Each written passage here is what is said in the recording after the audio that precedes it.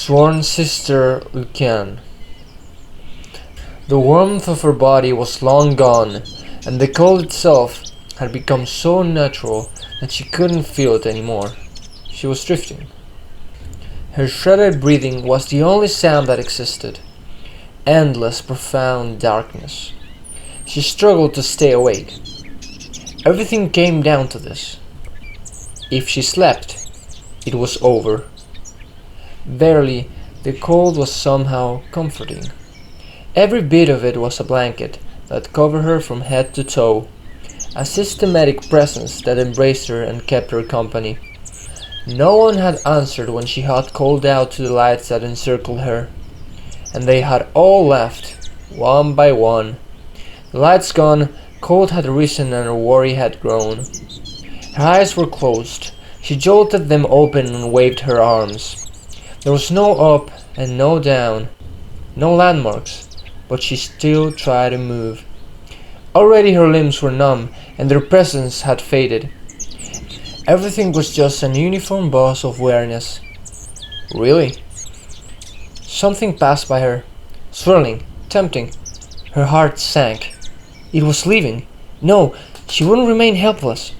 Eagerly, she clasped her hand around the presence. Her every drop of will and despair poured into the grip. She felt a tug, a shake, and she was pulled up. A garden, the sunlight, colors blinded her. Their light reflected around mirror-like walls, piercing through the shapes of trees, plants, vines, and outlining the frame of someone? Oddly enough, she was more dazzled by the heat of the hand she held than anything else.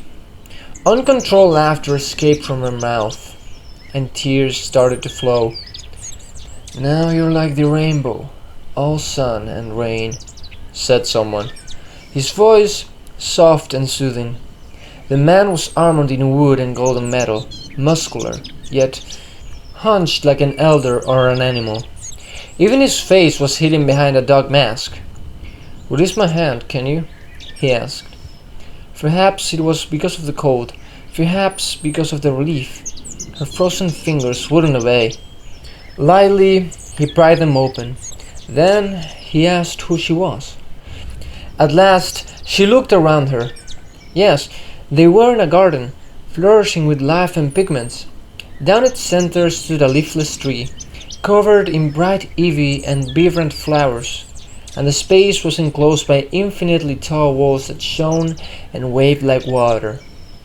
Over to her right was a man-sized cylinder of metal. Its top opened like a hatch and a slimy liquid dripping from the opening. The thing was intriguing, and she rested against it. Concentrating, she could sense its pulsations. The rhythm was so nostalgic. She almost cried again. "Oh, I just am," she finally answered. Mogwai, the Great Wide Open. 2 summers had passed inside the monolith. The weeping tree continues its silence. "Still no wish," Lucian sighed. Mogwai's shoulders hunched in dismay. She stood in the interior courtyard of the monolith, scanning the surrounding trees soaring hundreds of feet overhead, supported by monolithic columns of white stone. "You did save my life," she brushed her silver hair. "Follow me." She took a breath, leapt into the foliage, and bolted over the branches as if on an invisible stairway. Mogwai readjusted his halberd across his ceramic armor as he hopped on a supple branch, bouncing on the balls of his feet, then bowed through the air, bracing for impact against the chamber walls. His fingers gripped vines and stones as he gazed up. She was already a red speck in the distance, faster than him, as always. By the time Mogwai caught up with her at the top of the walls, the courtyard below was a blur of dizzying green. "Never before," he panted, "have I been this high up. There's something else you need to see." She gestured skyward. Mogwai hauled himself up the ledge, and a strong gale whipped across his body. Eroded by the constant wind, the white walls and ancient structures ended in ripples of weathered stones that looked like polished ivory. red glowing petals swirled with the circular air currents. Their dance inviting him up, up, up, until he found himself perched on top of the highest platform. He smiled behind his mask. The outside spread below him, and the outer edges of the gleaming white walls was a city within a city, suspended above a yawning chasm. In the distance, the rolling hills and crimson forests transformed into mountains, their peaks lost in the clouds.